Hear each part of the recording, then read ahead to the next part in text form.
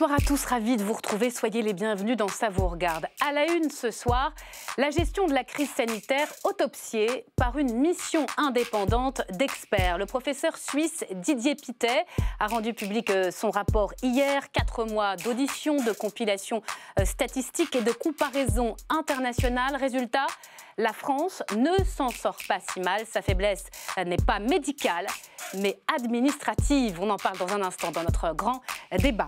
On évoquera aussi la fin de l'école à la maison. Dès la rentrée prochaine, tous les enfants en France devront, dès 3 ans, être scolarisés. Emmanuel Macron veut lutter ainsi contre le séparatisme et les écoles clandestines. Mais cette mesure passe mal auprès des associations face à face à suivre sur ce plateau. Enfin, notre grand témoin ce soir est une activiste dans le grand bain de la politique. Elle siège au Parlement européen avec les Insoumis. Manon Aubry est avec nous ce soir. Voilà donc pour le programme. Hashtag sévère, n'oubliez pas pour réagir sur Twitter. Tout de suite, le grand débat.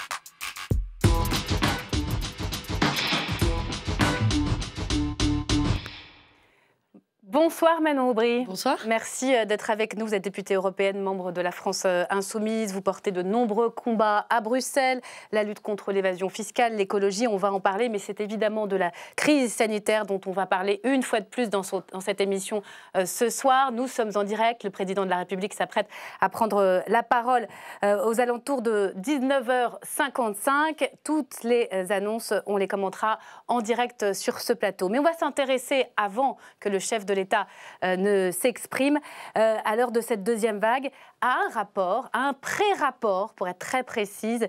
Pierre Parnex, bonsoir. Bonsoir. Pré-rapport que vous avez co-signé avec, je le disais, le médecin épidémiologique Didier Pittet, médecin genevois, médecin suisse. C'est un rapport qui vous a été commandé par le chef de l'État. On verra si Emmanuel Macron le cite ce soir. Et c'est un rapport qui tente de faire le point sur la gestion de la crise sanitaire par la France, gestion comparée.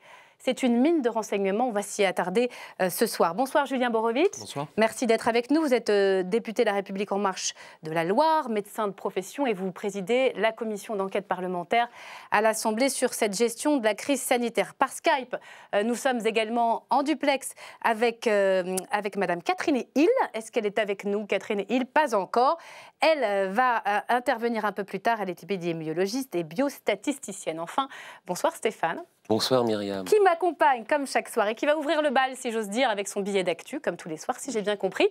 C'est tout de suite. Si j'ai bien compris, ce soir, Stéphane. Si j'ai bien compris Myriam, finalement, la France ne s'en tire pas si mal face à la crise du coronavirus. Alors évidemment, quand je dis ça, il y a 2/3 de nos téléspectateurs là, qui sursautent sur leur fauteuil, qui disent « Où est la télécommande? Ce type raconte n'importe quoi, mais je vais changer de chaîne. » Parce que oui, c'est délicat de dire que la France ne s'en tire pas si mal, dans la mesure où 2/3 des Français ne font pas confiance au gouvernement face à la crise. Vous voyez, on va faire apparaître la courbe. Vous allez voir qu'elle n'a jamais été très haute, cette courbe, hein, mais alors là, elle est de plus en plus bas, et on en est maintenant aujourd'hui à 35% de confiance. Et pourtant, vous le disiez, la France n'est pas si mauvaise dans sa gestion de la crise. Eh bien oui, Myriam, on n'est pas les meilleurs, certes, mais on n'est pas non plus les pires. En tout cas, quand on rapporte le nombre de morts du Covid à la population totale du pays, nos résultats ne sont pas si mauvais. Donc, je vous fais apparaître des chiffres qui sont justement dans le rapport Pittet. Là, on mesure par pays le nombre de jours où le taux de mortalité était supérieur à 1 mort sur 1 million par jour. Donc c'est le critère. Donc vous voyez qu'on est bien sûr moins bon que les Allemands, ça on en a l'habitude, mais quand même pour le reste, on est nettement meilleur que les Italiens, que les Espagnols, que les Suédois, que les Britanniques, et bien sûr nettement meilleur que les Américains. Et pourtant les Français ne font pas confiance à ce Eh ben voilà, c'est ça le paradoxe.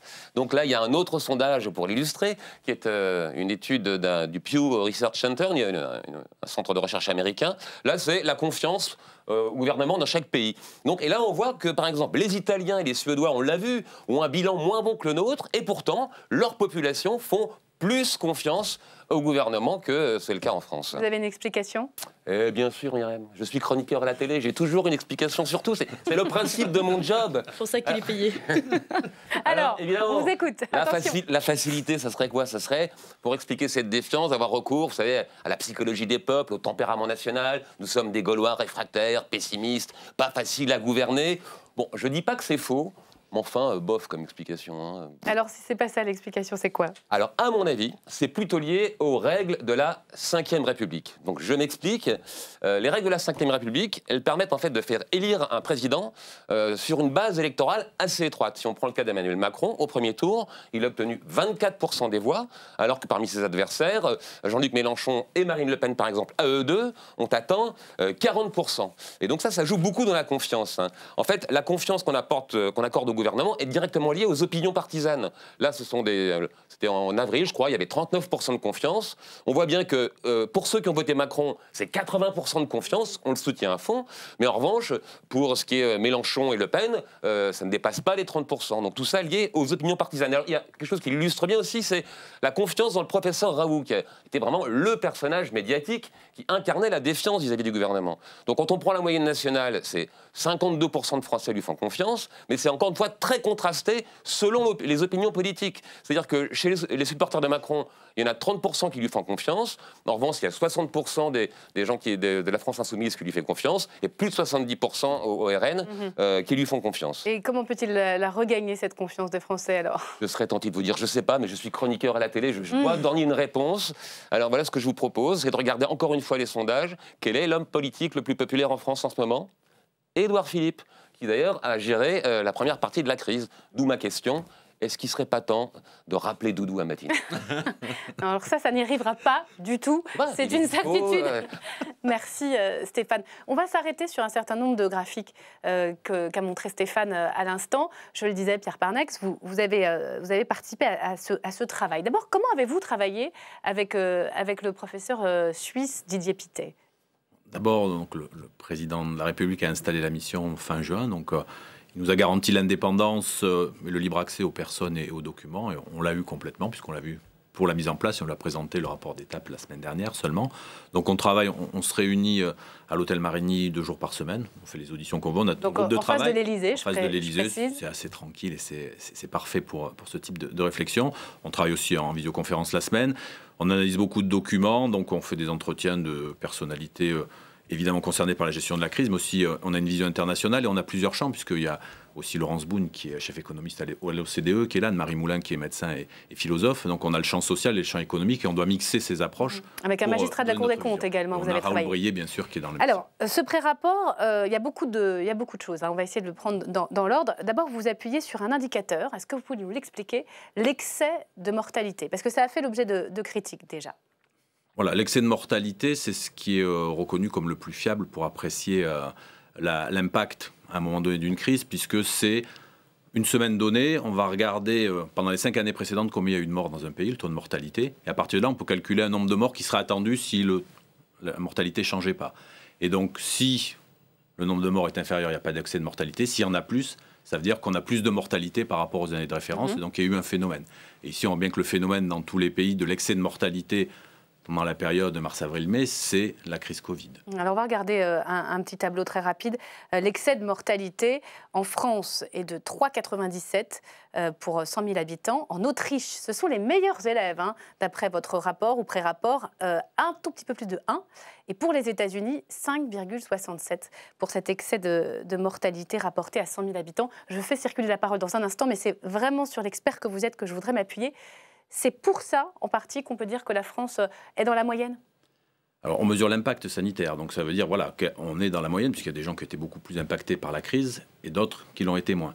Alors après, on aura des choses à réfléchir, c'est-à-dire l'intensité de la crise quand elle a démarré, qu'on l'a identifiée, et sa chronologie dans le temps, puisqu'il y a des gens qui ont eu plus de temps pour se préparer que d'autres.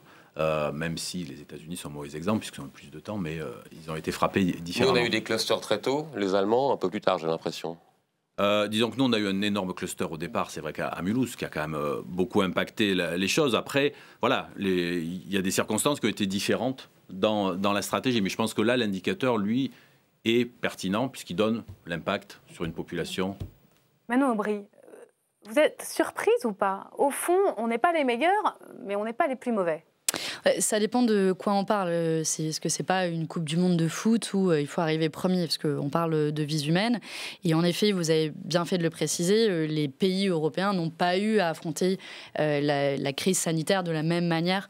On l'a vu aussi dans la coordination ou l'absence de coordination dans la réponse européenne, que chaque État après aussi a fait des choix politiques différents. Ce que je retiens aussi du rapport quand même qui a été présenté, c'est le manque d'anticipation, de préparation. J'ai noté une citation exacte: des défauts manifestes d'anticipation, de préparation et de gestion. Et c'est vrai que j'ai un peu le sentiment qu'on est en train potentiellement de reproduire les mêmes erreurs qui ont pu être produites pendant le premier volet, ou la première vague, on l'appelle comme on veut, de la crise sanitaire. Et c'est vrai que ce rapport tombe à point nommé au moment où on attend les annonces d'Emmanuel Macron. Et, il peut servir de guide pour la deuxième. Et j'ai le sentiment qu'on répète un peu la même chose. Aussi, d'un point de vue démocratique, on a une espèce de monarque qui va arriver et qui va dire les règles, c'est ça, il n'y a pas eu de débat à l'Assemblée nationale. On va en parler sur l'anticipation, la gestion et notamment la question des lits de réanimation. On essaye de savoir si on est prêt par rapport à cette deuxième vague. Julien Borowitz, pour appuyer sur votre rapport, à nouveau, on peut montrer aussi un graphique qui montre très bien que la courbe est considérable à la fin de la courbe quand on regarde par saison. On a eu, mais alors totalement tort au début de penser que cette maladie n'était pas sévère. Pour tous les pays, d'ailleurs, on voit ce pic en 2020, quel qu'il soit, c'est bien plus qu'une grippette. On s'est totalement planté sur le diagnostic au départ. C'est bien plus grave et ça tue plus. D'abord, je crois que c'est toute la problématique de cette pathologie et on apprend au jour le jour à voir à quel point il est difficile d'amorcer une réponse définitive sur une pathologie qu'on ne connaît pas. Mais le rapport le pointe et moi, c'est une question, je crois que je l'ai posée 2 fois en commission d'enquête, j'ai jamais eu vraiment de réponse. C'est vrai que je crois que le rapport le pointe, c'est les difficultés qu'on a eues au début à identifier la pathologie et surtout à en prendre effectivement la mesure. Je pense que c'est hérité de la façon dont on traite la grippe habituellement avec le réseau Sentinelle. Enfin, je ne sais pas si c'est comme ça que vous l'aviez comparé, mais en tout cas, nous, dans les cabinets, c'est ce qui se passait. C'est-à-dire qu'on avait testé au début pour des raisons statistiques, et puis après, par défaut, on disait forcément, c'est un coronavirus parce qu'il y a de la fièvre, comme on le fait pour une grippe. Et je pense que là, l'erreur s'est produite à ce moment-là. A posteriori, je le dis, c'est toujours beaucoup plus facile de le dire a posteriori, puisque moi-même, je ne sais pas dans cette position-là il y a quelques mois. Mais on a confondu c'est pas qu'on a confondu, c'est-à-dire qu'on a pris en charge les choses comme pour une grippe. Or, ce n'est pas une grippe. Voilà. Et là où on a dit, par défaut, on ne fait pas de test, c'est forcément une grippe. Voilà, prenez un peu de Doliprane, etc. C'est ce qu'on fait habituellement pour une grippe. Et on vous met en arrêt de travail, etc. Là, malheureusement... Alors, retard à l'allumage, on va y venir. Manque d'anticipation, problème de communication aussi que vous pointez dans votre rapport. Bonsoir Catherine Hill, je crois que vous êtes maintenant en duplex avec nous. Vous êtes épidémiologiste et biostatisticienne. Vous avez notamment travaillé à l'INSERM. Que pensez-vous de la méthodologie de ce rapport? On parlait de l'indicateur de l'excès de mortalité. Ça vous convainc comme outil d'analyse? Oui, bien sûr, tout le monde regarde ces données. Le nombre de morts par million d'habitants, c'est l'indicateur ultime et il n'y a aucun problème. Il n'y a pas de problème. Non. Et sur les conclusions, la France s'en sort pas si mal dans la moyenne? Oui, on peut trouver ça rassurant. On pourrait préférer être dans les bons élèves. Moi, je pense que c'est un peu prématuré de tirer des conclusions. On est en plein dans l'épidémie. On ne sait pas comment gérer la situation maintenant. Je ne suis pas sûre que je sois convaincue de l'opportunité de faire un rapport sur la situation. Mais bon, c'est ça qui a été demandé. C'est beaucoup trop tôt. On est en pleine crise. On ne sait pas du tout comment la régler. On voit bien. On ne fait pas du tout ce qu'il faut, à mon avis. On va droit dans le mur. Le nombre de cas augmente tous les jours. Et voilà. Pourquoi vous dites qu'on va droit dans le mur, précisément? Parce qu'on prend des mesures qui sont largement insuffisantes. Ce qu'il faut, c'est tester massivement la population. Tant qu'on n'a pas décidé de faire ça, le virus va plus vite que les autorités. La montée en puissance des tests, des nombres de tests sur le territoire, ça ne vous convainc pas? On est un des pays qui teste le plus aujourd'hui. Mais non, ça c'est pas vrai. Enfin, c'est le nombre total de tests qu'on a fait, c'est décalé par rapport au nombre de cas. Ouais. D'abord, on ne sait pas combien il y a de cas aujourd'hui en France. On n'a pas fait comme en Angleterre des sondages sur des échantillons représentatifs de la population. Je ne sais pas s'il y a une personne sur 1000 qui est contagieuse ou 5 sur 1000. 1 sur 1000, c'est ce qu'il y avait en Angleterre, pas au Royaume-Uni, en Angleterre, il y a 3 semaines, et enfin début septembre, et fin septembre, c'était 5 sur 1000. Donc on ne sait pas combien de gens sont positifs. On navigue à vue, on est dans le brouillard, on n'a pas ce taux de contamination. On connaît quand même des choses. Il y a un suivi qui s'est amélioré avec le test, mais c'est vrai que la stratégie de test, elle reste complexe et surtout, c'est d'arriver à relier toutes les étapes au sein de l'indicateur, du début des symptômes à l'isolement de la personne. Et après, nous, ce qu'on a souligné aussi, c'est l'importance d'avoir une investigation des clusters la plus précise possible pour comprendre où est-ce qu'il y a des transmissions, comment elles se transmettent. Mais justement, sur le dépistage, vous êtes assez sévère dans le rapport. Vous ne parlez pas trop de la pénurie de masques. En revanche, sur le dépistage, vous dites que les laboratoires privés publics ont mal fonctionné, que les vétérinaires auraient dû venir en renfort pour faire justement ces tests. Disons qu'on est parti sur le système d'organisation qu'on avait, qui était dans nos plans, comme on l'a évoqué, qui était le plan pandémie grippale. On l'a déroulé dans les hôpitaux petit à petit. Après, les laboratoires privés, on n'avait pas l'habitude. Les PCR, ils ne pouvaient pas faire le même type de PCR au départ. Il a fallu avoir des kits standardisés pour les inclure. On est à combien de tests semaine aujourd'hui ? Oh, mais on est la capacité. Oui, on est à monter jusqu'à 1 million, on est redescendu maintenant autour de 700 000, peut-être quelque chose comme ça. Mais le tout, c'est les tests, c'est quelque chose. C'est après l'usage qu'on fait des tests et des résultats et l'efficacité qui est associée. Donc il y a les délais, il y a le résultat. Je suis d'accord, Catherine, je la vois. Moi, elle Catherine Hill, sur le dépistage, vous vouliez rajouter quelque chose ? Mais on teste peut-être on fait 1 200 000 tests par semaine, mais c'est totalement insuffisant. Et les cas qu'on trouve sont seulement une fraction assez faible de l'ensemble des cas. Donc, on cherche les contacts, on s'étudie des foyers, des clusters, mais ces clusters, c'est que la partie minuscule de l'iceberg. Donc, toute la circulation du virus échappe à notre compréhension. Alors, il est 19h48. Le président de la République va s'exprimer dans à peu près 5 grosses minutes. Qu'est-ce qu'il faudrait faire, Madame Hill ? Il faut tester, il faut changer de stratégie. Il faut décider qu'on va faire un dépistage de masse, qu'on va chercher le virus dans toute la population pour isoler les gens qui sont positifs. Ce n'est pas ce qu'on fait en ce moment. Donc, on demander des renforts pour justement ouvrir un maximum de laboratoires. Non. Et si on se dirigeait vers un confinement, puisque couvre-feu, pardonnez-moi. Le confinement, c'est juste congeler la situation. Vous avez la viande avariée dans votre frigidaire, vous la mettez au congélateur, quand vous la ressortez, elle se remet à pourrir. Le confinement, ça congèle la situation temporairement et à la fin, on se retrouve dans la même situation qu'avant. Exactement ce qu'on a déjà fait. Je crois que par rapport au test... Dépister. Je crois que par rapport au test, notre préconisation... Oui, madame. Dépister avec des tests antigéniques, faire des tests groupés, chercher le virus dans les eaux usées. Il faut être inventif pour trouver rapidement les gens qui sont contagieux. Ce n'est pas ce qu'on fait. On trouvait en mai 1 cas sur 10, maintenant on trouve peut-être 1 cas sur 5.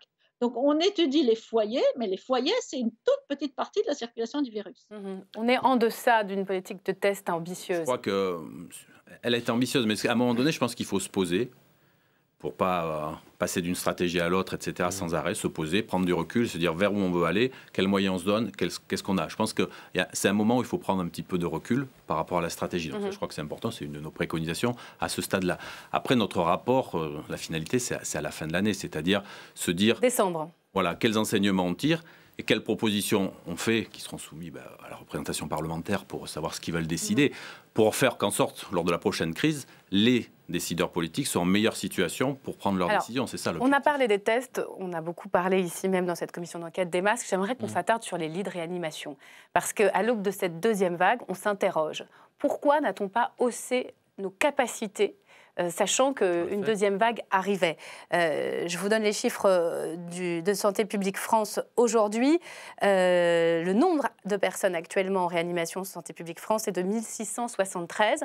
On est toujours à 5000 lits, qu'on peut monter jusqu'à 12 000. Mais pourquoi c'est le même étiage que pendant la première vague? Alors d'abord, on était monté à environ 10 000 sur la première vague, là on monte à 12 000. Simplement, il ne vous aura pas échappé que pour armer un lit, puisque c'est le terme convenu, il faut des professionnels. Or, on ne peut pas former un professionnel en quelques mois. 2 soignants par lit. Oui, non, mais il y a le nombre. Mais vous n'êtes pas engagé non plus à en recruter davantage. Mais attendez, vous en trouvez où? Il n'y en a pas là actuellement. Il faut les former. Ah, mais il faut les former.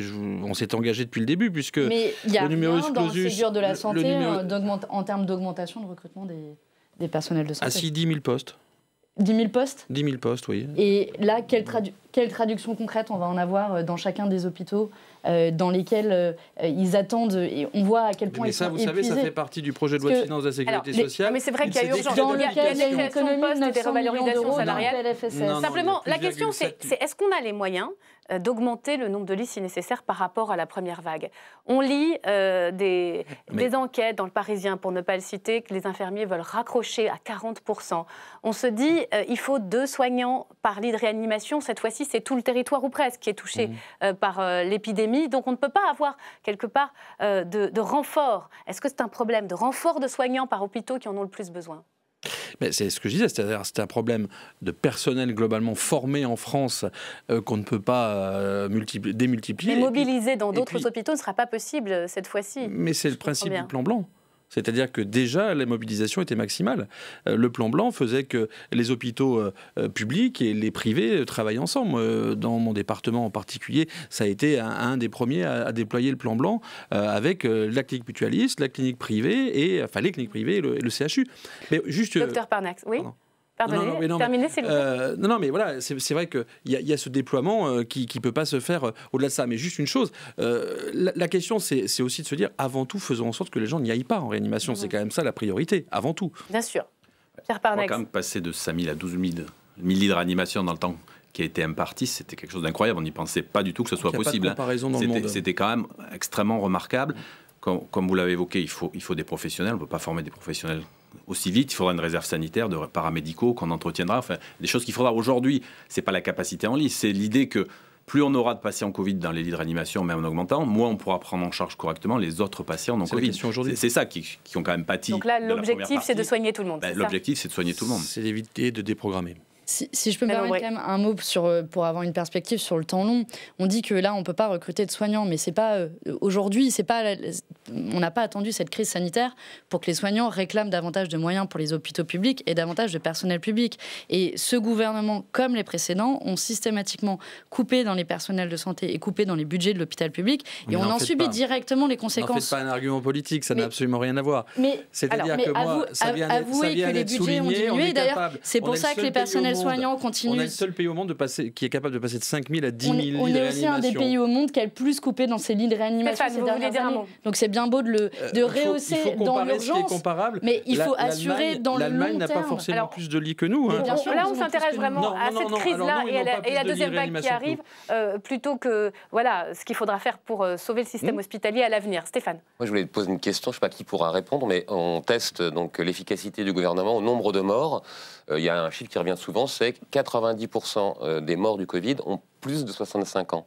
Dans la mesure où on fait des ciblages géographiques sur telle ville ou tel endroit, pourquoi on ne peut pas cibler plutôt les populations? Puisque les gens qui sont menacés ont à 9 fois sur 10 plus de 65 ans, pourquoi le critère d'âge n'est pas une manière de cibler ceux qu'il faut protéger, donc éventuellement à qui on demanderait de rester chez eux, plutôt que de bloquer la totalité du pays? Ça a été envisagé et aussi il y a des gens qui pensent encore, et j'en fais partie. Par contre, on pourrait les tester systématiquement, leur donner la priorité au personnel fragile. Il n'y a pas eu de hiérarchie dans les tests. Par exemple, les cas contacts, au début, c'est moins le cas maintenant, n'étaient pas priorisés dans les tests. Donc on peut imaginer... C'est le cas aujourd'hui. C'est le cas aujourd'hui, mais il y a des critères de priorisation. Ce n'était pas le cas au début. Alors on a parlé, au fond, de la réponse médicale. Vous dites que le problème n'est pas médical, finalement. Le système hospitalier a tenu. En revanche, dans le rapport Pittet, je voudrais qu'on l'entende puisque c'est Maïté Frémont qui l'a rencontré cet après-midi, il estime tout de même qu'il y a des ratés. Le système français hospitalier, mais le système de santé en général est trop compliqué. Écoutez. La structure de fonctionnement du département de la santé globalement en France ou du ministère de la Santé est un peu compliquée avec plusieurs agences qui font tout un travail souvent extrêmement performant, mais qui ont de la peine un tout petit peu à travailler ensemble. Le labyrinthe administratif est compliqué, il complique beaucoup de questions. Il y a des fois des délais d'attente par rapport à des choses qui paraissent extrêmement simples, qui sont beaucoup trop prolongées. C'est ça le nœud du problème? Au fond, c'est la bureaucratie sanitaire? C'est un des éléments, je crois que nous on vit avec, on la connaît bien, mais c'est bien d'avoir l'extérieur de Didier Pittet qui pointe quand même qu'il y a des choses qui pourraient fonctionner mieux. Donc ça, c'est un des enjeux, c'est savoir comment on peut se réorganiser. On ira voir le modèle allemand pour voir s'il y a des choses à tirer de cette expérience et le faire. Après, c'est une des difficultés qu'on a identifiées, c'est sûr. Julien Borowitz, c'est ça, c'est effectivement les agences régionales de santé qui ne se coordonnent pas avec Santé publique France, ni avec le ministère, ni avec les territoires. Oui, c'est-à-dire qu'on a souvent, mais c'est pas la première fois que je l'entends sur une mission, mais c'est vrai qu'on a souvent ce problème-là avec des agences qui font très bien leur travail, mais la plupart du temps, mais en silo. Je vous prends un exemple, on parlait tout à l'heure des masques. Santé publique France a mis 18 mois pour répondre, pour savoir, pour nous dire que 2 tiers des masques étaient bons à foutre à la poubelle. 18 mois pour nous répondre, alors qu'ils sont en charge de la gestion des masques. Et ça doit vous enrager en tant qu'élu. Un peu. Mais qu'est-ce que vous allez faire pour essayer de mettre un peu d'ordre là-dedans? Je vais vous dire, pour l'anecdote, j'ai demandé en tant que président de cette commission d'enquête qu'on aille visiter le site de Vitry-le-François, puisque c'est là où sont stockés les masques. Parce que, si vous voulez, nous, comme on nous a décrit les lieux, on a l'impression que, si vous voulez, il y a un vieil entrepôt qui prend l'eau avec des rats qui passent à travers et un pharmacien perdu au milieu qui est en train de gérer ça. Enfin, j'exagère, mais c'est à peu près comme ça qu'on nous l'a décrit. Donc on veut aller visiter, voir comment ça se passe. Mais se dire qu'il y a 2 tiers des masques qui sont passés à la trappe parce qu'ils étaient périmés. On a dû finalement demander aux régions qui arrivaient à trouver des masques, là où l'État n'y arrivait pas, commençant en demandant à la Chine, alors que la Chine était on n'a pas spécialement demandé aux régions. Qui ont réussi là où l'État n'a pas réussi dans un premier temps. Alors, non, pas du tout. Non, attendez, il y a eu une période où l'État a pris des masques sur des stocks qui existaient ailleurs. Ensuite, l'État a fait importer des masques. Les régions... Bon, on souhaitait se mettre dans le jeu. On a eu l'impression qu'elles étaient plus réactives à un certain moment. D'une certaine façon, que sur les territoires, il y avait plus de fluidité et d'agilité. Écoutez, moi, je peux vous dire que dans la région Auvergne-Rhône-Alpes, je n'ai jamais reçu de masque chez moi, personnellement, malgré tout le renfort de pub du président. Quoi, Laurent Wauquiez n'a pas commande de masque? Malheureusement, non, je n'en ai pas vu. Et pourtant, ils étaient très beaux avec leur petit logo. Mais non, Docteur Parnex. Il ne faut pas oublier non plus le temps long. On a un graphique dans le rapport qui montre le stock de masques qui diminue progressivement depuis 2011. Donc, c'est pas quelque chose qui arrive tout seul à la fin. C'est vrai qu'on a un problème, en plus, qui sont impropres à l'usage. Mais c'est progressivement une culture qui a diminué. Tous les pays ont des problèmes de masques. À un moment donné, de toute façon, il y a une problème rupture de masque, problème administratif. Sur les tests aussi, vous expliquez qu'il y a des plateformes informatiques qui n'utilisent que des réactifs de la même provenance, qu'on n'arrive pas à s'approvisionner ailleurs. Là aussi, c'est un fléchage ubuesque. En santé, on a souvent ça. Les industriels vendent leur appareil et le consommable avec. Alors, nous, on avait plus peut-être en biologie d'appareils de ce type par rapport à un pays comme l'Allemagne. Et c'est vrai que dans une période aiguë où le consommable a manqué, forcément, un appareil captif ne permet pas de faire des tests. Donc ça s'est amélioré au fil du temps, puisqu'il y a eu des plateformes achetées qui sont beaucoup plus ouvertes. Vous avez quelques pages aussi sur la mauvaise communication de l'exécutif. Expliquez-nous. Je crois que il y a eu des choses qui n'ont pas été bien comprises dans l'explication. Par exemple, les masques, on l'a expliqué, la doctrine scientifique qui portait les masques n'était pas illogique. De dire que on garde la distanciation, on a une hygiène des mains, on porte le masque si on est malade, c'est ce qu'on pensait avec la grippe. Après, on ne savait pas à cette époque qu'on aurait une pathologie qui se transmettrait beaucoup chez des asymptomatiques. C'est quelque chose qu'on ne connaissait pas jusque-là. Et on a eu du mal à le découvrir. Par contre, ce qui n'a pas été bien expliqué, c'est justement pourquoi on changeait de doctrine. Dire qu'on n'avait pas de masque au début et dire qu'on avait été capable de mettre des masques barrières et de les qualifier. Donc, le fait de ne pas expliquer... Vous écrivez quand même noir sur blanc qu'elle gagnerait à être améliorée, cette communication. Il y a 2 aspects. Après, je pense que... Pardon, excusez-moi, madame. Non, je vous en prie, finissez votre phrase. Je pense que dans la communication, il y a aussi faire comprendre aux gens pourquoi on prend des mesures, c'est-à-dire quelles données, pourquoi je trouve des clusters là, donc il y a des clusters à Paris, dans les restaurants, donc je prends des mesures. Et parce que si les gens ne comprennent pas et qu'il n'y ait pas d'incohérence, et c'est pas facile, mais si je veux dire, si mon restaurant est ouvert à 21h, est-ce qu'il est moins dangereux qu'à 22h ou 23h? C'est ça, et je pense que aussi, c'est donner confiance dans les mesures barrières. Moi, je vais au restaurant à Paris, puisque je suis parisien à mi-temps. Quand les mesures barrières sont respectées, j'ai pas peur, je me sens en sécurité. Donc je pense qu'il faut que les gens se disent, si j'applique les mesures, je suis protégé. Et ça, c'est important. Il y a eu un sentiment d'insécurité créé par... Mais ce que vous dites, c'est super intéressant. Et je trouve que c'est une des conclusions les plus importantes du rapport. C'est comment le changement très régulier de doctrine et de... alors on peut imaginer que c'est justifié en partie parce qu'on découvre le virus. Mais parfois, ça a été aussi pour masquer des pénuries. Et les masques est l'exemple malheureusement le plus frappant. Tout ça érode la confiance, vous en parliez au début, la confiance des citoyens dans les consignes qui leur sont données.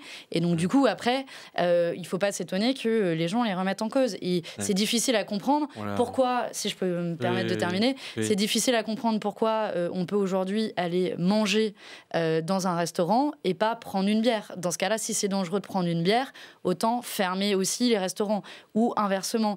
Et on a du mal à comprendre l'homogénéité, la cohérence entre les différentes... un peu contradictoire ou un manque de lisibilité. Très variable d'une semaine à l'autre. Qu'est-ce que vous répondez à cela? On a bien vu d'ailleurs pendant le débat sur Stop Covid à l'Assemblée nationale, où on a vu que la France Insoumise était vraiment très corporate là-dessus pour faire comprendre aux gens la cohérence de l'importance de Stop Covid.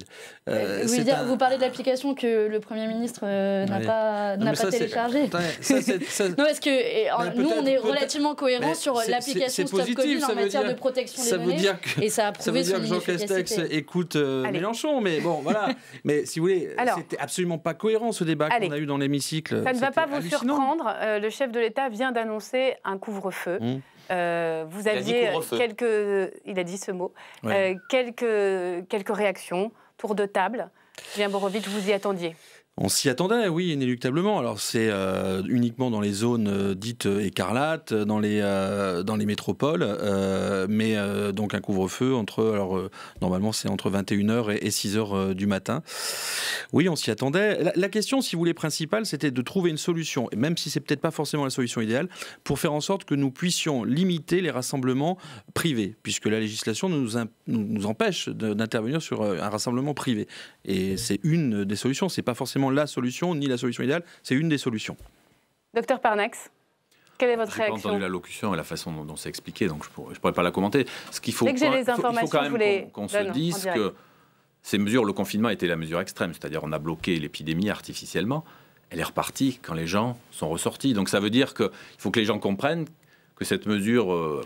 elle est prise parce que je pense que les pouvoirs publics craignent un débordement du système sanitaire. Donc c'est un choix, mais si on ne change pas dans les pratiques, si on n'a pas une meilleure application des règles barrières, après ça va recommencer. Donc je pense que c'est à mon avis ça qui est important, c'est qu'il faut qu'à un moment donné les gens aient confiance dans la prévention et qu'on leur donne confiance, et c'est pas facile. Mais le couvre-feu, ça a un sens. Est-ce que ça vous semble proportionné? Moi, le couvre-feu, ça a un sens si on me dit que pendant la nuit, il y a un grand nombre d'événements qu'on ne peut pas contrôler et qui sont porteurs de transmission. Là, ça a un sens. Le chef de l'État explique également qu'il serait disproportionné, en revanche, de se reconfiner.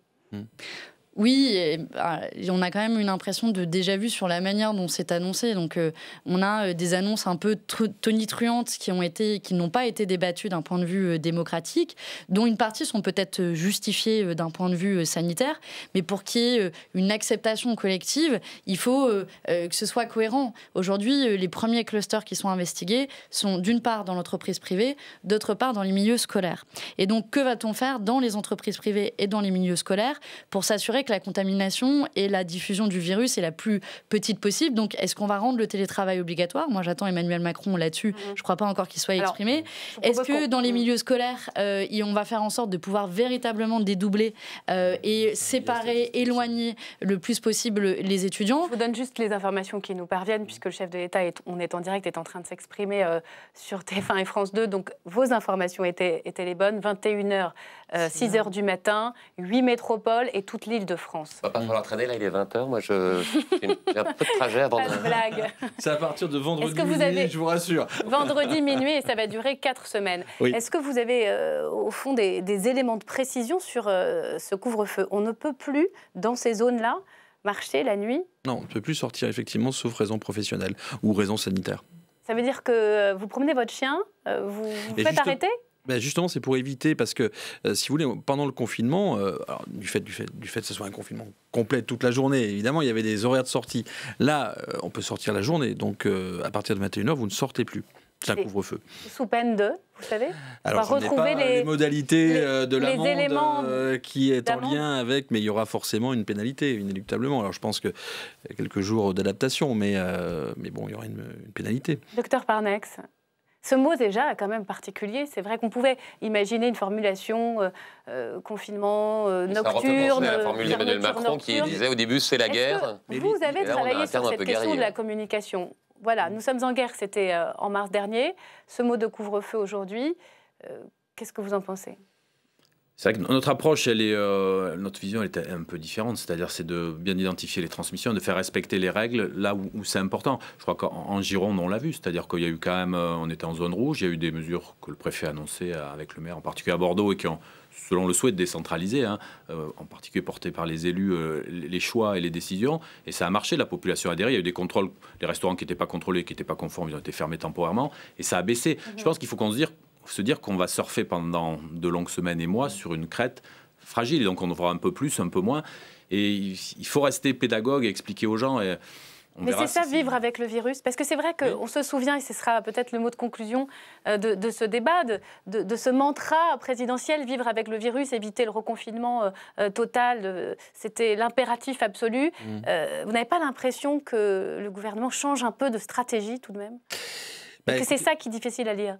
Non, mais le problème, c'est que nous avons une recrudescence de l'épidémie. Donc, on est obligé aujourd'hui de prendre les mesures nécessaires. Mais la question de faire le lien entre la partie épidémique, médicale et la partie économique et sociétale, c'est aussi ça qu'on est en train de vivre aujourd'hui. Et on espère...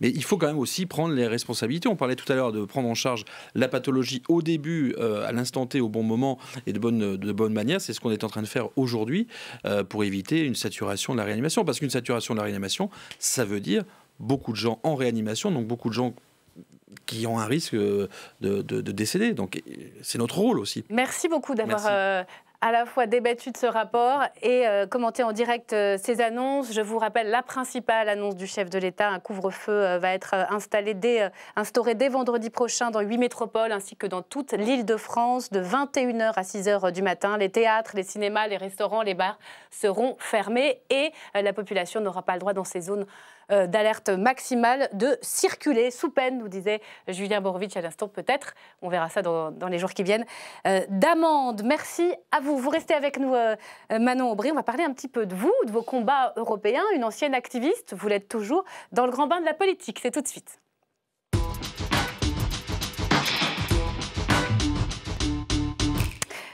Manon Aubry, on le sait, la crise sanitaire a tout saturé, l'espace médiatique, mais aussi l'espace politique. Vous êtes une insoumise élue au Parlement européen depuis maintenant un peu plus d'un an et demi. Un an, c'est ça. Ouais. Voilà. Est-ce que c'est pas très difficile d'être dans l'opposition dans un moment pareil? Est-ce qu'on est encore audible? Oui, on est encore audible et on essaie d'être constructif. Vous savez, au Parlement européen, le système parlementaire est un peu différent. Il n'y a pas un parti qui a une écrasante majorité. Donc, un groupe seul ne peut pas faire la majorité. Donc, on dialogue, on échange, on discute. Parfois, on crée des majorités. Et à l'heure où la question sanitaire n'appartient pas à l'Europe, et on le voit, on est tous suspendus aux décisions de chacun des gouvernements. Pas facile. Et en même temps, l'Union européenne s'est illustrée par son manque de coordination ces derniers mois. L'Union européenne, dans la gestion de la crise sanitaire, ce sont des États qui se sont piqués les uns les autres des masques, des respirateurs et qui ont appliqué des règles extrêmement différentes en matière de tests, en matière de contrôle dans l'espace Schengen. Et l'Union européenne, finalement, a montré son pire visage. Et donc, nous, on se bat aussi pour dire que l'Union européenne a une responsabilité pour faciliter la coordination, pour protéger aussi d'un point de vue industriel, produire au sein de l'Union européenne suffisamment de masques et suffisamment d'outils pour faire en sorte que l'Union européenne s'en sorte le mieux possible. Voilà, et vous avez une manière particulière de, au fond, pousser vos combats dans l'arène de Bruxelles. Votre portrait tout de suite avec Clément Méric. Merci à vous. Avant toute chose, il y a un point à mettre au clair. Non, je n'ai aucun lien avec Martine Aubry, ou alors ma mère m'aurait menti pendant beaucoup de temps. Non, Manon Aubry n'est pas la fille de Martine Aubry. Elles vivent même aux antipodes l'une de l'autre, puisque Manon Aubry a grandi à Saint-Raphaël, dans le Var. Beaucoup d'entre vous ne me connaissent pas ou doivent se demander qui je suis. Ça, c'est ce que Manon Aubry a dû faire quand elle a pris la tête de liste de la France Insoumise aux Européennes. Une petite vidéo de présentation. Car Manon Aubry n'est pas une professionnelle de la politique. Elle était pourtant bien partie pour, leader de manif à 15 ans au lycée. Aujourd'hui, je crains d'avoir un bac du lycée Saint-Exupéry qui ne sera pas la même valeur du bac d'Henri IV. Et on ne veut pas se laisser faire parce qu'on veut la même loi pour tous, le même bac pour tous. Et voilà, on veut se battre.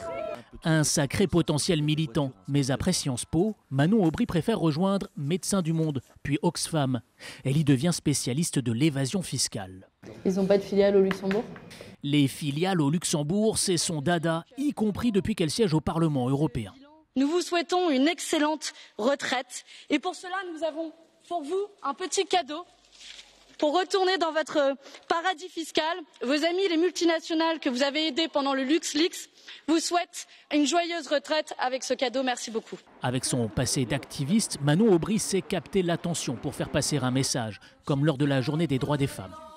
Et nous continuerons de reprendre en chœur l'hymne des femmes. Levons-nous, femmes esclaves, et brisons nos entraves. Debout, debout, debout. Debout, femmes esclaves. Militante féministe, elle a su gagner le respect de ses camarades masculins. C'est une battante. C'est une battante. Une battante qui flirte parfois avec la ligne rouge. Et qu'est-ce que tu fais là? Je suis au coin, David Sassoli, le président du Parlement européen, il m'a puni, il m'a mis un blâme. Un blâme pour avoir invité le mouvement Extinction Rébellion à manifester dans l'enceinte du Parlement européen. Encore une fois, l'activiste derrière la femme politique. L'activiste.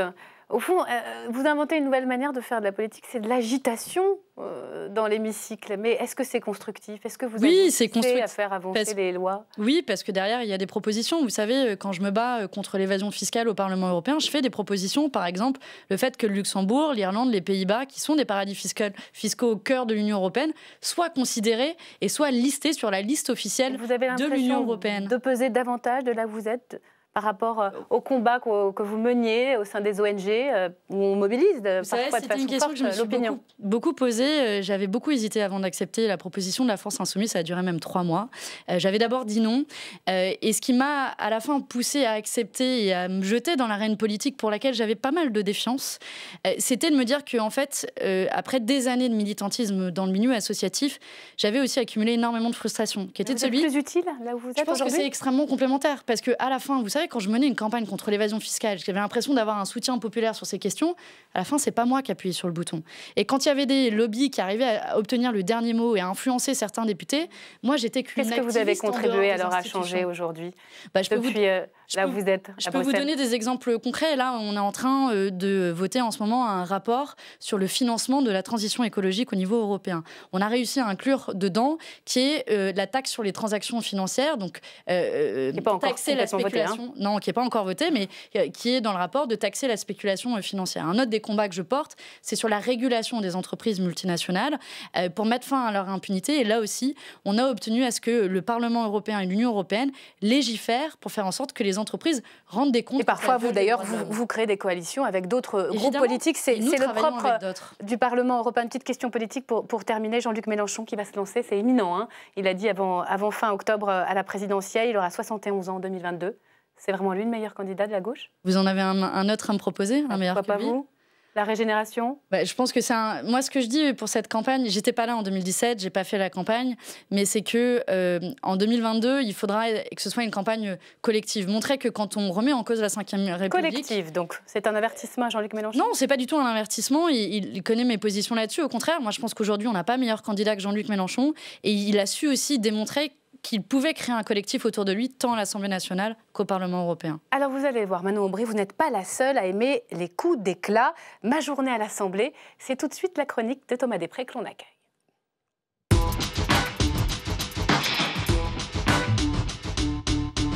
Bonsoir Thomas. Bonsoir Myriam, bonsoir Manon. Ravi de vous retrouver. Ce soir, vous nous parlez d'un clash en plein débat budgétaire. Oui, exactement, ça s'est passé hier soir dans l'hémicycle. Les députés examinent le projet de loi de finances pour l'année 2021. Et après le dîner, le président de la commission, Éric Woerth, n'était pas très content. J'ai eu une sacrée surprise tout à l'heure en découvrant une vidéo de la France Insoumise.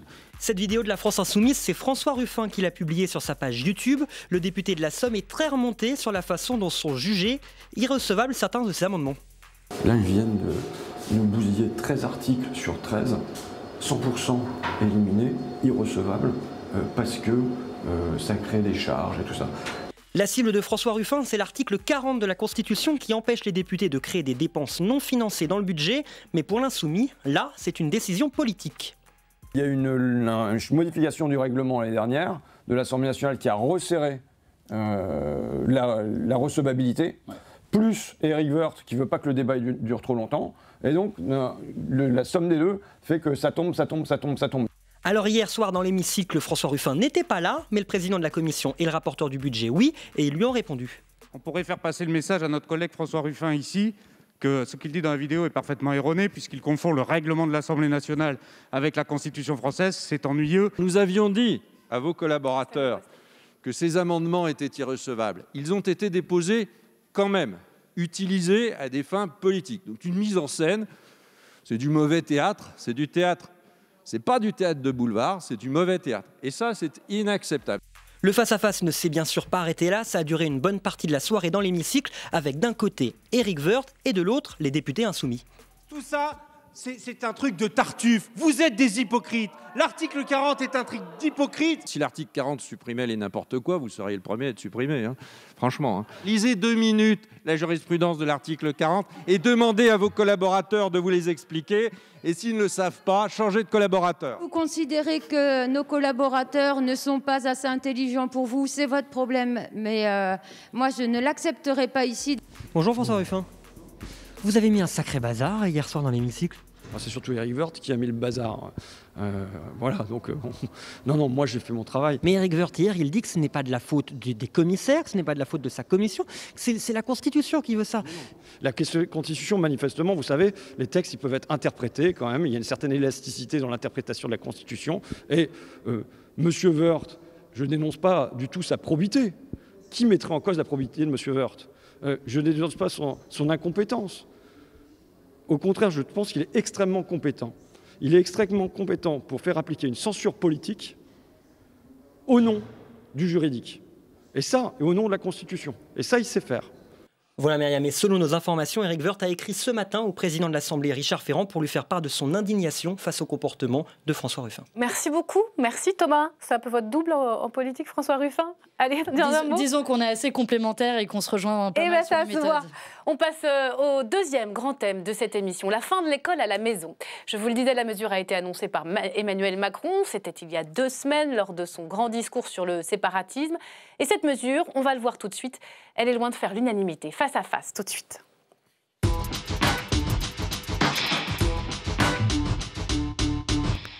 Face à face, qui oppose ce soir Anne-Christine Lang, bonsoir. Bonsoir. Merci d'être avec nous. Vous êtes députée de La République En Marche de Paris. Vous défendez cette mesure qui consiste à supprimer l'instruction à domicile.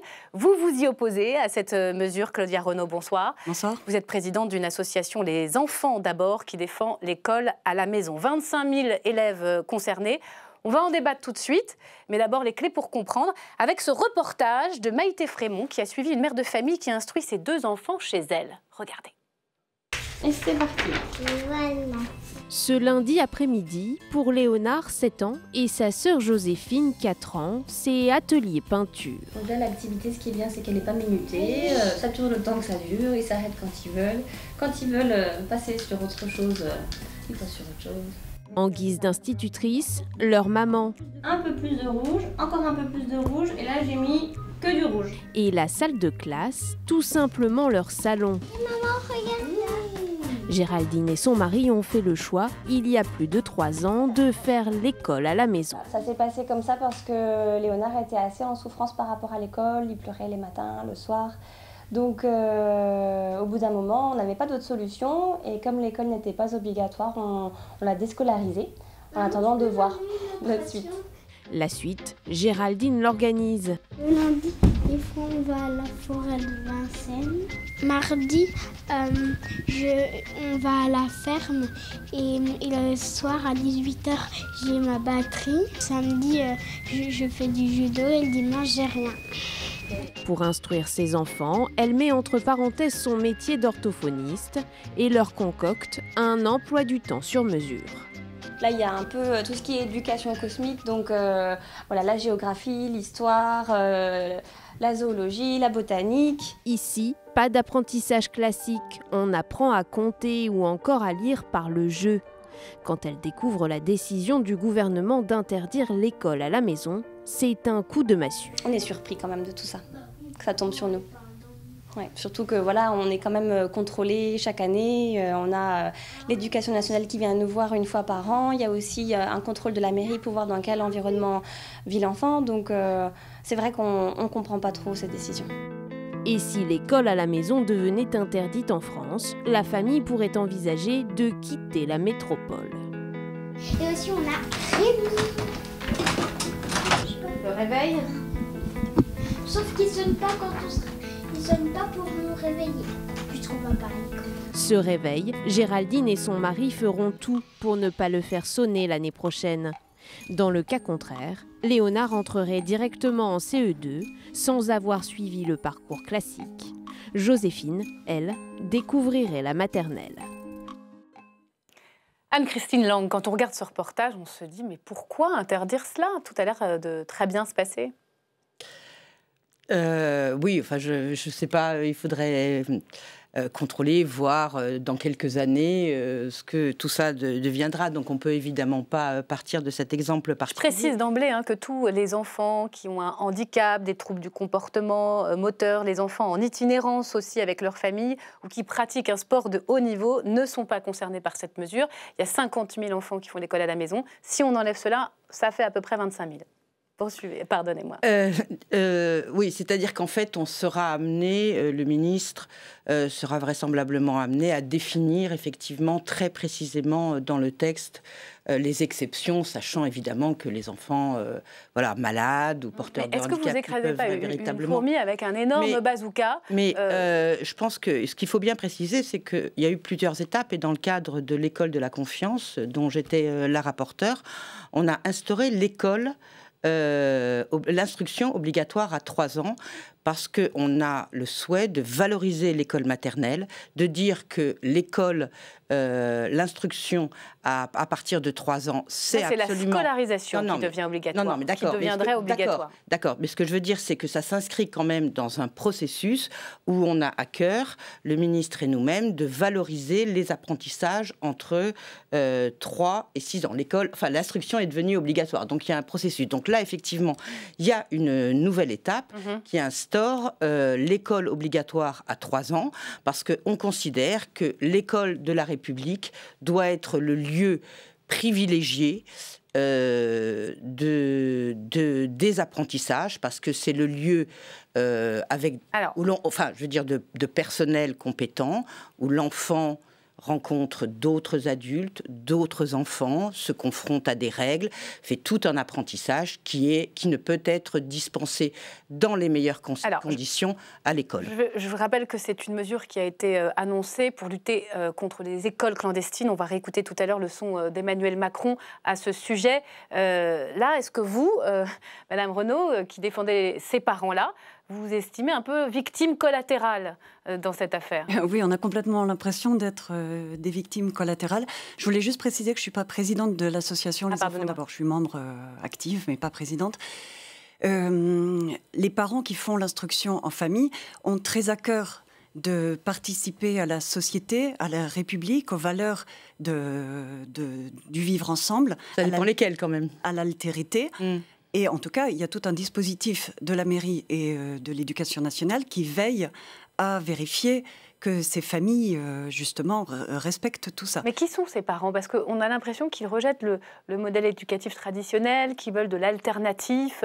On entend dire qu'il y a des anti-vaccins parmi ces familles, que parfois on n'est pas loin... C'est vraiment des familles très variées. Et de projets un peu New Age, des foyers de pédagogie. Les livres enfants de Summerhill, c'est un peu les années 70. On est en plein dans les livres enfants de Summerhill, mais ça date. Oui. Il peut y avoir quelles sont ces alternatives pédagogiques qui sont préférées par ces familles? Il y a vraiment une très grande diversité. Il y a 7 ou 8 rassemblements à l'échelle nationale des collectifs et des associations qui rassemblent les familles. Il y en a qui veulent faire, qui s'appelle l'école et la maison pour avoir des apprentissages scolaires, mais dans un style plus familial. Et avec une attention plus familiale. Et puis, il y a en effet un certain nombre de parents qui ne se reconnaissent pas du tout dans la forme scolaire. C'est-à-dire quoi? Les notes, l'évaluation? Oui, les notes, l'évaluation, l'obligation. Une volonté d'un système sans notes? Oui, d'autant que plein de recherches montrent et plein d'écoles alternatives. Précise qu'il y a des écoles depuis 80 ans montrent que privées qui sont avec des systèmes pédagogiques autres. Oui, là, on est dans autre chose. C'est des écoles hors contrat à la maison. Oui, alors plein de recherches montrent des écoles hors que c'est efficace. Ça fait 80 ans que des écoles alternatives ou des recherches de façon de travailler alternative existent et fonctionnent. Donc ça veut dire que les parents sont quasiment à temps plein, au moins un des deux parents, avec leurs enfants pour faire cette école à la maison. Mais ça n'existe pas à l'école. Anne-Christine Lang. Ce que je voudrais dire quand même, ce qui est important, c'est que, en fait, effectivement, comme je le disais, il y a un processus, parce que nous, on croit à l'école de la République en collectivité, pour les raisons que j'ai évoquées. On note aussi que ces dernières années, il y a une explosion de l'école à domicile, c'est-à-dire qu'en fait, il y a des élèves qui ne sont tout simplement pas scolarisés ou déscolarisés. Comment vous l'expliquez, ça ? Et qu'effectivement, il y a un certain nombre d'enfants qui pour des raisons religieuses, notamment, liées à l'islam radical, refusent l'école de la République, refusent les règles qui y sont imposées et les apprentissages qui sont proposés aux enfants. Il y a des écoles de fête, des écoles clandestines. Alors justement. Et que donc on est effectivement dans une volonté de lutter à la fois contre l'obscurantisme, parce qu'on pense que les enfants ont droit à une éducation complète, avec toutes les disciplines, l'ouverture d'esprit, l'esprit critique, etc. Je vous propose et de pour les droits de l'enfant à bénéficier de tout ça. Je vous propose de réécouter le chef de l'État. Je vous donne la parole juste après, Manon Aubry, pour resituer, au fond, l'objectif d'Emmanuel Macron avec cette interdiction. Des parents d'élèves qui viennent voir le directeur ou la directrice d'école et qui disent « Le cours de musique, c'est terminé, sinon il ne reviendra plus. La piscine avec les autres, c'est terminé, sinon il ne reviendra plus. Il y a ensuite des certificats pour allergie au chlore qui sont donnés, puis des absences répétées. Et enfin, la déscolarisation. Nous allons l'inscrire au CNED. Ce sera très bien fait, c'est plus simple pour nous. Ces enfants ne vont pas au CNED. Parfois, ils ne reçoivent aucune éducation, mais ils vont dans des structures qui ne sont nullement déclarées. La semaine dernière, nous en avons encore identifié une en Seine-Saint-Denis. Des structures très simples. Des murs, presque pas de fenêtres. Des enfants qui arrivent à 8 heures chaque jour, qui repartent à 15 heures. Des femmes en niqab qui les accueillent. Et lorsqu'on les interroge, des prières, certains cours. Voilà leur enseignement. C'est une réalité. Nous devons la regarder, la nommer en face. Voilà. Manon Aubry, est-ce qu'il fallait frapper fort, comme l'a fait le chef de l'État, en interdisant l'école à la maison, pour interdire, tout simplement, éradiquer ces écoles clandestines? Alors, c'est un sujet intéressant. Après, je ne suis pas sûre que ça fasse partie du package séparatisme. D'ailleurs, la loi a changé de nom au passage. Deux éléments d'analyse. Mais vous la soutenez, cette mesure ? Je pense qu'elle peut avoir des éléments intéressants. Par contre, il faut être vigilant sur des personnes qui n'entreraient pas dans les exceptions qui sont possibles. Quand vous entendez Mme Renaud, par exemple, je pense à des enfants qui sont harcelés à l'école, par exemple. Des enfants qui sont harcelés à l'école, qui ne rentreraient pas forcément dans les questions sanitaires et qui, à mon sens, mériteraient d'être scolarisés à la maison, au moins temporairement. Donc, il faut penser à ces exceptions. Et la dernière chose que je voulais dire, c'est que si le gouvernement et Emmanuel Macron se soucient tant de la scolarité pour tous, d'un attachement à l'école républicaine, que je partage et qu'on partage à la France Insoumise, alors j'ai envie de lui poser la question, quid de tous les enfants qui sont déscolarisés alors qu'ils demandent à être scolarisés? Pensez aux mineurs isolés étrangers, aux enfants en grande précarité, aux enfants en situation de handicap qui n'ont pas l'accompagnement nécessaire. Le droit à l'école et à la scolarisation est pour tous, même quand on n'a pas de papier. Il y a plus de 100 000 enfants qui sont déscolarisés sans qu'ils le veuillent, et je pense que ça doit être la priorité du gouvernement. J'entends ce point, mais je voudrais qu'on reste sur le sujet. Et j'entends, d'ailleurs, c'est la raison pour laquelle, dans le cadre de l'école de la confiance, nous avons, je vais dire personnellement, fait voter un amendement qui oblige les mères à inscrire les enfants sans autre autorisation. Il nous reste peu de temps et je voudrais qu'on reste sur l'école à la maison. Madame Claudia Renaud, qu'est-ce que vous réclamez, qu'est-ce que vous demandez à ce gouvernement, à la majorité que vous avez en face de vous? L'arsenal existe, c'est-à-dire qu'il y a des visites de la mairie, les visites de l'inspection. Vous êtes déjà contrôlé, ça suffit, c'est ça? On est bien contrôlé et il faudrait peut-être donner davantage de moyens aux maires et au rectorat pour qu'ils puissent faire ces contrôles-là. On se souvient des temps anciens où il y avait eu des guerres scolaires dans le pays, vous voulez manifester, vous êtes peu nombreux si on regarde les 25 000 élèves, vous allez le faire? C'est une possibilité pour un certain nombre de familles dont l'enfant est en souffrance 1 an. Et, il y a une étude en cours de Philippe Bongrand qui montre que la moitié des déscolarisations durent 1 an ou 1 an et demi. ou 2 ans. Enfin, c'est pour... C'est une période temporaire. Qu'est-ce que vous répondez pour conclure, Anne-Christine Lang? Pour conclure, je pense qu'effectivement, il y a une réflexion à mener sur les exceptions, les évictions temporaires, etc. Il y a un risque constitutionnel vous parlez, par aussi. exemple, du harcèlement. Bon, c'est vraiment une priorité du ministère qui a voté, qui a décidé de choses extrêmement ambitieuses avec des référents, etc., des formations des personnels sur le harcèlement. Il y a tous les cas qu'on connaît de phobie scolaire, etc. Et évidemment, faut tenir compte il faut tenir compte, puisque évidemment, nous, on défend véritablement. Quelque chose me dit que vous allez continuer à débattre de ce sujet en dehors du la studio. forme scolaire. En fait, vous voulez interdire le Madame refus Renaud, de la forme scolaire. C'est terminé. Malheureusement, le temps qui nous est imparti est terminé. On va redonner du temps à ce débat qui ne fait que commencer, puisqu'il y a un projet de loi qui se prépare. Merci Manon Aubry. Merci, mesdames. Très belle soirée et à demain. Merci.